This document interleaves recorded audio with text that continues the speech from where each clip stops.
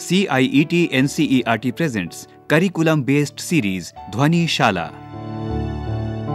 So let's join in Dhwani Shala Class 5. Hello dear children, I'm your friend Sakshi and I hope you all are healthy and happy at your home.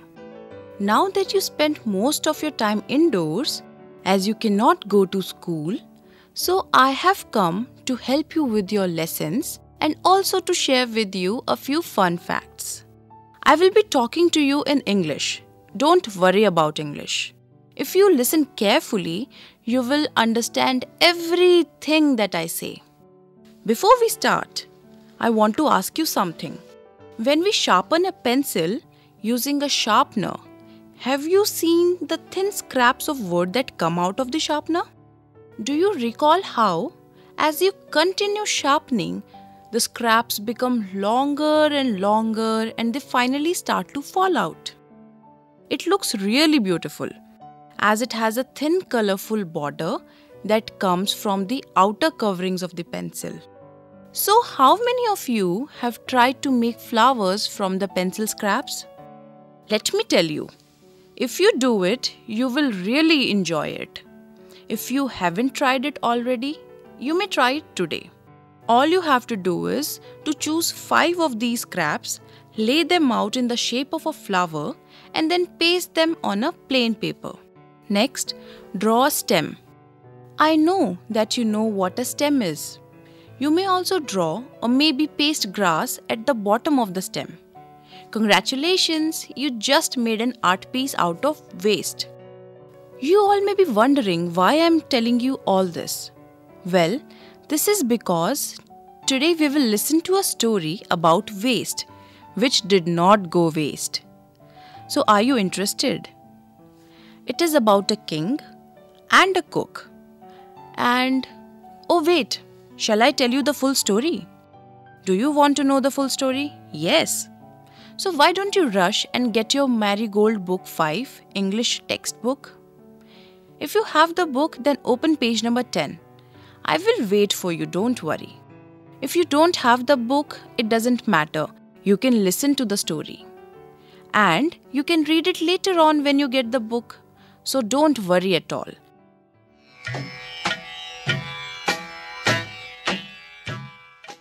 Once, the Maharaja of Travancore ordered a grand dinner in his palace. In the afternoon, before the dinner, the Maharaja entered the kitchen to survey the dishes that had been prepared for the feast.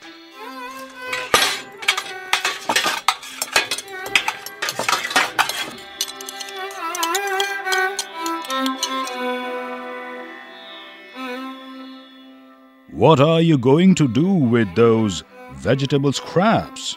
He asked the cook, pointing to the basket of scraps near the cook. The cook replied, "They are waste. We will throw them away." You cannot waste all these bits and pieces of vegetables. Find a way to use them. The Maharaja commanded sternly and walked away.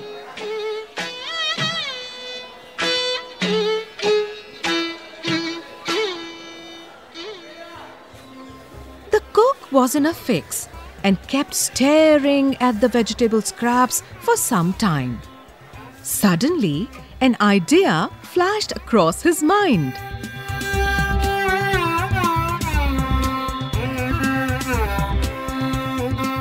He took all the vegetable bits, washed them, and cleaned them well.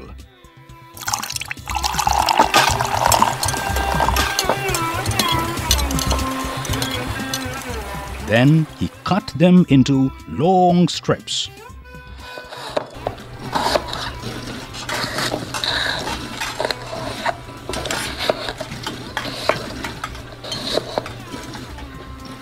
He put them in a huge pot and placed it on the fire to cook.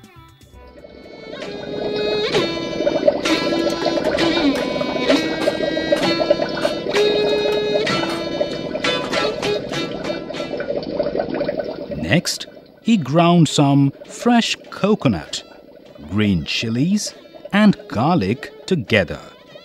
He added this paste and some salt to the cooking vegetables.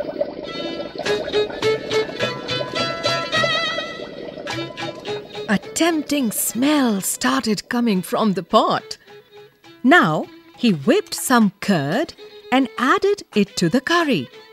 He also poured a few spoonfuls of coconut oil and decorated the dish with curry leaves.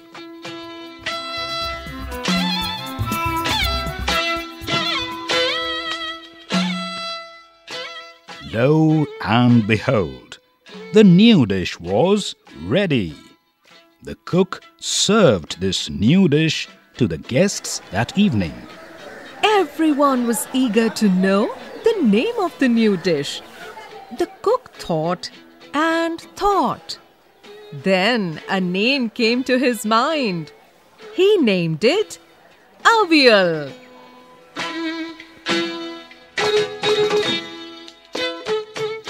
Avial became famous all over Kerala and is now one of the dishes in a traditional Kerala feast. And imagine, it all came from a basket of waste.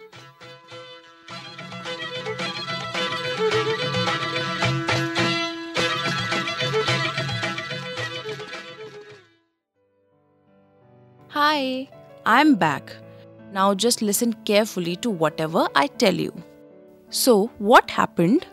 Once, the Maharaja of Travancore, I will tell you the spelling, Travancore.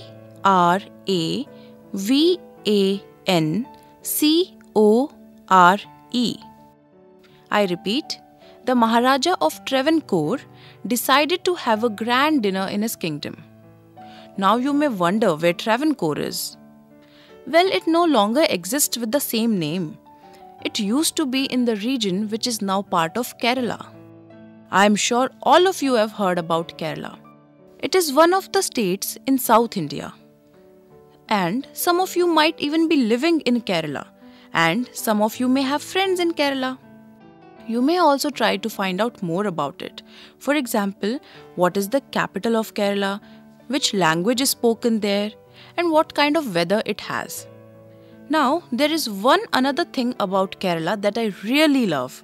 And you know what it is? The banana chips. Have you eaten them? So next time, whenever you go there, you can try them. But now let's come back to the story. So, the king of Travancore thought he must survey the preparations for the grand dinner that he has ordered. Okay? So here, there is this new word survey. Let me tell you how it is spelt. It is S-U-R-V-E-Y.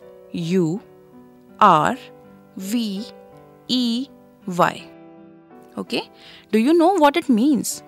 It means when you look around to study or examine something closely. So, the king entered the kitchen and looked around. He saw the huge stove. S-T-O-V-E. Stove is where we cook food. Okay? So, he saw the huge stove and near it, he found a basket full of vegetable scraps. Remember, I told you what scraps are? They are the small bits that are left over. Maybe I should explain a little more. When your mother or father peels a potato to remove the topmost layer, the brown skin, that is taken out is potato scrap. Now do you understand? I hope you do. Very good. So the king called the cook. He said to the cook, "What is this heap of vegetable scraps? What will you do with them?" Do you know what the cook replied? He said, "These are scraps of vegetables left over after cooking the dinner. I will throw them away as they are waste." Tell me, children, when does a material become waste? When do you throw away something? Think. Yes, think some more. You throw away something when it cannot be used any longer. So was the cook right in calling the scraps a waste? What can you do with leftover vegetable scraps? Let us see what happens in the story. Hearing the cook's reply, the king looked very sternly at him. He said, "So much of vegetable scraps cannot be wasted. You must find a way to use it." Now, let us look at the new word sternly. The spelling of sternly is S-T-E-R-N-L-Y.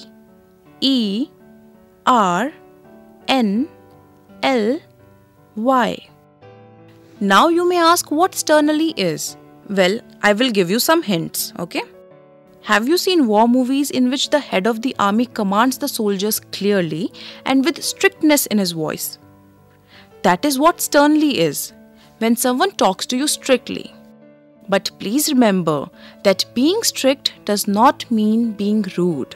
It is the way an order is given. So the king ordered the cook that he must find a way to use the vegetable scraps as they cannot be wasted. So don't you think it was very intelligent of the king to think so? Now let's get back to our story. The poor cook was in a fix. Now you may ask me, what do I mean by fix? Fix, which is spelled as F-I-X, means a problem or a difficult situation. Let me give you an example. Suppose you have a chocolate and an ice cream in front of you, but I give you the choice that you can eat only one out of the two. So you may say, I don't know which one to eat. I am in a fix. Remember, you must always say in a fix. Okay, you use all these three words together to show that you have a problem in front of you. So the cook was in a fix. Why? Because he had never before used scraps and did not know what to do with them. But he was also afraid of the king. He could not disregard the king's order. He kept on staring at the basket of scraps. What is staring? It is spelt as S-T-A-R-I-N-G.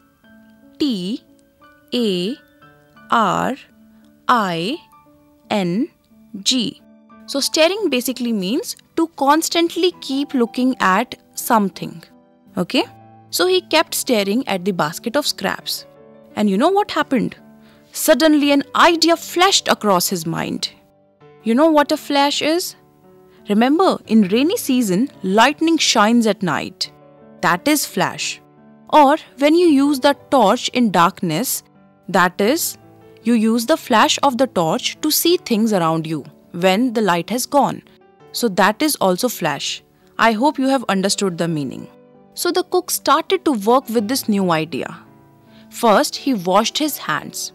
Children, you need to be as smart as the cook and must never forget to wash your hands before you eat your food. And never ever eat a fruit without washing it properly. So coming back to the cook, he washed and cleaned all the leftover vegetable scraps and he cut them into long strips or pieces. Then he put the vegetables inside the pot and let them cook in water. Meanwhile, he ground some coconut, green chilies and garlic to make a paste. And you know what he did with this paste? He added it to the boiling vegetables and he also added some salt. We all eat salt, right? So he also did the same thing. A very tempting smell started to come out of the pot. Oh my God, my mouth is already watering thinking about the taste and the smell of the food. What about you? Are you hungry? Well, please let me finish the chapter before you run to the kitchen.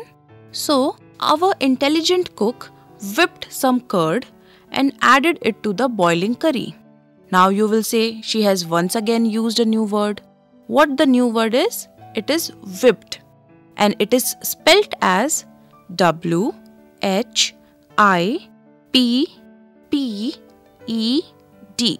It means to beat the curd. You may ask your mother or grandmother how she converts the thick curd into a watery mixture to use it during cooking. That is what the cook did. He also added a few drops of coconut oil.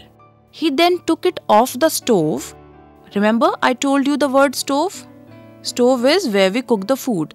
So his pot was boiling on the stove, which he took off. Why? Because the curry was prepared. The curry was ready. So he took it off the stove and he decorated the dish with curry leaves. Lo and behold, the dish turned out to be very good. Now you may say, what have I just said? I said lo and behold. I will tell you the spelling, don't worry. L-O, lo, and A-N-D, and behold, B-E-H-O-L-D. So, this entire phrase, lo and behold, means, oh, have a look. You may use this at the end of a scene or an event which has turned out differently than what one had expected. Remember how at the start of the story, our poor cook was worried that what would he do with the vegetables. But now, we see that he has come up with this wonderful idea. He cooked up a delicious dish that looked and smelled really good. The cook served this dish along with other food items that he had prepared for the grand dinner. Everyone loved it. They all wanted to know its name. They called for the cook. Now, because the cook had invented the dish, he had to give it a name. Remember how when you bring a new toy or a doll, don't you think of a name for it? Similarly, the cook kept thinking and thinking and thinking for a really long time. And he finally came up with the name Avial. And how do we spell it? U-H-V-I-U-L. Okay, so the dish was named Avial. And you know, the best thing about this dish, that this dish is quite popular in Kerala even today. And it is prepared for all the traditional occasions. And just remember, from where did it come? It came from a basket full of waste. So children, did you like the story? Can you tell me what you have learned from this story? Think? Okay, yes. You need to think very hard before throwing anything away. Try to find different uses for things that you consider as waste. This way, you will not only save money, but also the environment. And who knows, you may end up inventing something new, just like our cook. And now, talking of inventions, do you remember the poem, The Ice Cream Man? The poem, if you recall, described all the different flavors of ice cream. And what were the names? Vanilla, chocolate, strawberry. Aren't they yummy? But if you think hard enough, you will realize that ice cream is not a natural food. It is made up by mixing various things like milk, cream, fruit, sugar, right? And then you freeze this entire solution. So somebody at some point of time must have invented ice cream, just as the cook invented avial. In all inventions or while cooking a dish, a process is followed. What does that mean? It means one step is taken and then the next. So there is a specific order of following a process. So exercise number 2 at the end of your chapter is also based on a similar order. It wants you to put into order 5 different things that you do after reaching home from school. So you will begin by telling what you do first, followed by the second step, then the third step, after that the fourth step, and then the fifth step. As the exercise already gives you hint that you begin your answer with. What does it say? It says, first, and now I will be telling you my answers, that what I used to do as a child when I would come back from school. Okay? So first, I put away my school bag. Then, what do we do? Then I change out of school uniform. Next, I wash up. Remember, we need to wash our hands before we eat anything. So now, because we were so tired and exhausted, maybe we even played in the school playground. So we need to wash up before we take our lunch. So what will be the next step? After washing up, I have lunch. And finally, I do the homework. Well, this is what I used to do. You may choose your 5 steps that you do. But do remember to follow the sequence. And always start your first sentence with first I. Okay? Followed by then I. After that, next I. and after that you finally use finally. Okay, when you are on the last step of process, you say finally. I hope you have understood the importance of doing things in an order. Had the cook not followed the proper order, his dish would not have turned out this good, right? Now children, we will do a fun activity in which we will count syllables. You may ask what a syllable is. First, we must learn how to spell syllable. So take out your pencils and write down S, Y, double L, A, B, L, E. Right. So syllable is a word or a part of word with a vowel sound. And what are vowels? Remember, all the A, E, I, O, U, right. Those are your vowel sounds. So, you may also understand a syllable as a single sound. For example, as we came across the word cook in the story, so let's look at the word cook itself. So, cook has two O's in it, right? C-O-O-K. But it is pronounced as cook. What it means? That it has a single O sound. So, cook is a single syllable word. The word waste is also made up of a single syllable. Listen to the word cannot. Try to say it. Cannot, right? This is how we say cannot.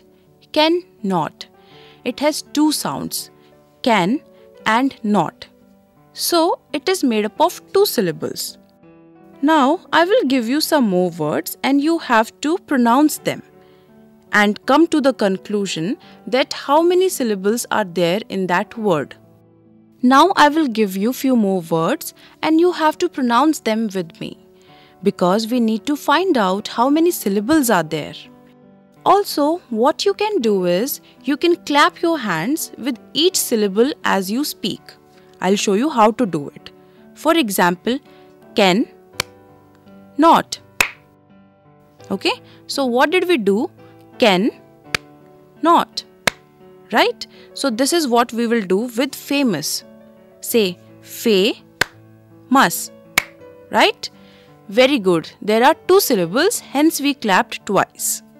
Now, another word is basket. Remember, it was the basket which was full of vegetable scraps. Yes, the same basket.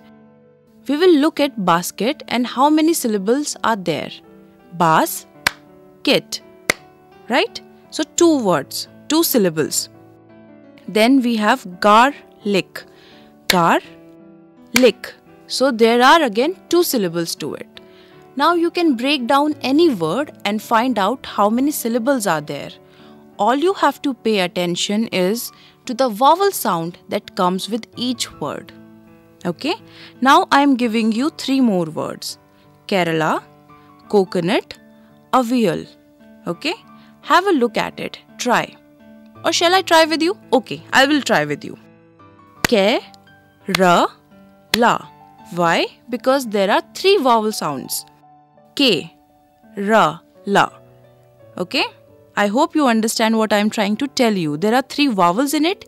K, E, R, A, L, A. So we broke it into three parts while speaking. Next is nut. Again there are three vowels. Right? So three syllables are there. Okay. And now the third word, avial. How do we break it? A-V-yal. So the third clap. Let's do it once more. A-V-yal. Because there were three vowel sounds in it. So children, now we have learnt how to break the words into syllables. I hope you enjoyed the lesson till now. But don't think the lesson is over yet. Because now that we have learned so much about waste and its benefit, I want to introduce you to two new words which will help you to better understand how to make use of the waste. First word is reuse. I repeat, reuse. So it is made up of two syllables, reuse. It means to use something as it is. For example, if your elder sibling outgrows his or her clothes or shoes, so instead of throwing them, you must start wearing them. Similarly, you may use empty bottles at home to grow plants in them rather than buying new pots. This way, lesser pollution will be generated and our natural resources can be saved. Won't that be smart of you? Similarly, the next word is recycle. The spelling is RECYCLE. It is different from reuse because in recycling we convert or change the waste into a totally new and useful product and then we use it. I will tell you how we do that. Have you seen scrap dealers or junk dealers who take old iron objects, newspapers, and plastic bottles from homes and give money in return? Why do you think they do so?